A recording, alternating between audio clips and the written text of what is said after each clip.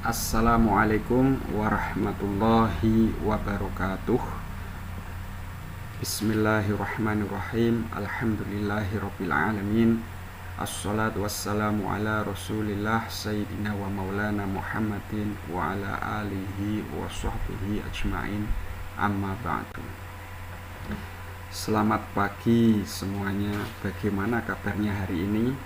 Semoga kita semua selalu dalam keadaan sehat dan tetap semangat.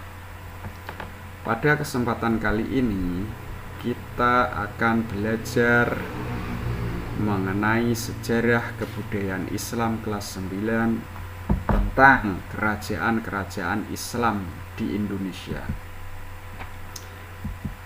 Adapun tujuan pelajaran yang ingin kita capai saat ini yaitu peserta didik diharapkan dapat mengidentifikasi kerajaan Islam di Indonesia.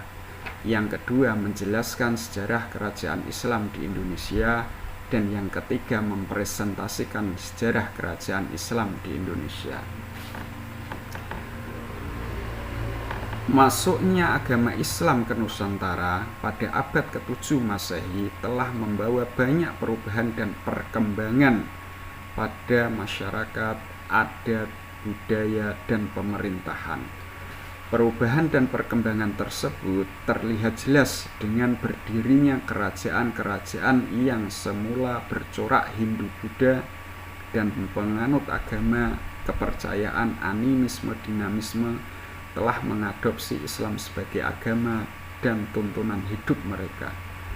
Kerajaan-kerajaan itu sebagaimana yang terlihat dalam peta konsep di sini adalah yang pertama kerajaan Samudra Pasai, yang kedua kerajaan Malaka, yang ketiga kerajaan Aceh. Ketiga kerajaan ini letak kekuasaannya berada di Pulau Sumatera. Kerajaan selanjutnya adalah kerajaan Demak, dilanjutkan kerajaan Pajang, kerajaan Mataram, kerajaan Cirebon, dan kerajaan Banten. Kelima kerajaan ini pusat pemerintahannya itu berada di Pulau Jawa. Sedangkan kerajaan selanjutnya adalah kerajaan Gorontalo yang menempati wilayah pulau di Sulawesi. Dan yang terakhir adalah kerajaan Ternate dan Tidore yang berdiri di Pulau Maluku. Untuk kerajaan Islam yang pertama di Sumatera adalah kerajaan Samudra Pasai. Kerajaan ini adalah kerajaan Islam pertama di Nusantara.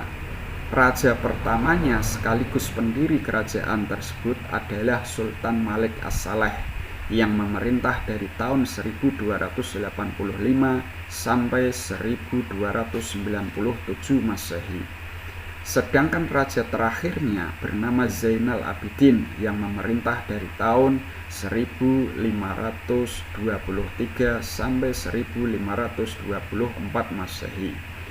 Kerajaan ini terletak di pesisir Laut Aceh yang sekarang disebut Kabupaten Lok Sumawe, Aceh Utara. Kerajaan Samudra Pasai ini didirikan sekitar awal abad ke-13 sebagai hasil islamisasi dari penduduk daerah pesisir pantai yang pernah disinggahi para pedagang Muslim sejak abad ke-7 Masehi. Kerajaan Samudra Pasai adalah kehidupan sosialnya dibangun berdasarkan kekuasaan atau hukum Islam. Yang kedua, pengembangan wilayah kekuasaannya melalui perdagangan. Yang ketiga, Raja Samudra Pasai berusaha aktif menyebarkan ajaran dan budaya Islam serta memperkuat armada laut untuk memberi rasa aman terhadap para pedagang yang singgah. Yang keempat, Raja memberi rasa aman terhadap rakyatnya sehingga perekonomian yang bersumber dari pertanian dapat berjalan dengan baik. Untuk kerajaan Islam di Sumatera yang kedua adalah kerajaan Malaka. Pusat pemerintahan kerajaan ini berada di Malaka atau Malaysia. Lalu mengapa kita sebagai orang Indonesia merasa perlu untuk mempelajari kerajaan Malaka? Karena sebagian wilayah kekuasaannya meliputi sebagian pulau Sumatera dan semenanjung Malaya atau Malaysia. Yang kedua, alasannya adalah pendirinya kerajaan Parameswara itu setelah masuk Islam bernama Sultan Iskandar Shah yang memerintah pada tahun 1402, yang berasal dari Palembang, yang melarikan diri ke Malaka karena invasi angkatan laut Majapahit. Dalam perjalanan sejarahnya, keberadaan Malaka dijadikan sebagai pusat perdagangan dan penyebaran Islam. Puncak kejayaannya itu terjadi pada masa Raja Sultan Mansur Shah yang memerintah tahun 1458 sampai 1477 Masehi.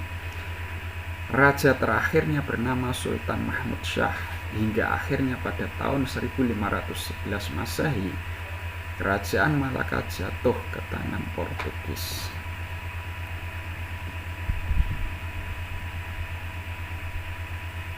Untuk kerajaan Islam di Sumatera yang ketiga adalah kerajaan Aceh Darussalam. Kesultanan Aceh ini didirikan oleh Sultan Ali Muhayyad Shah yang memerintah dari tahun 1514 Masehi hingga 1528 Masehi.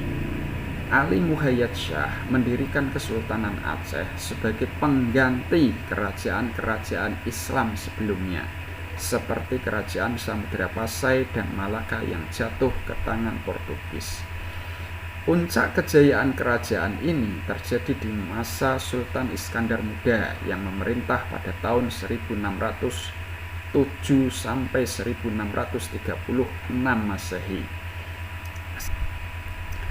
Di antara faktor penyebab kemundurannya diakibatkan karena tidak ada raja pengganti yang secakap Sultan Iskandar Muda.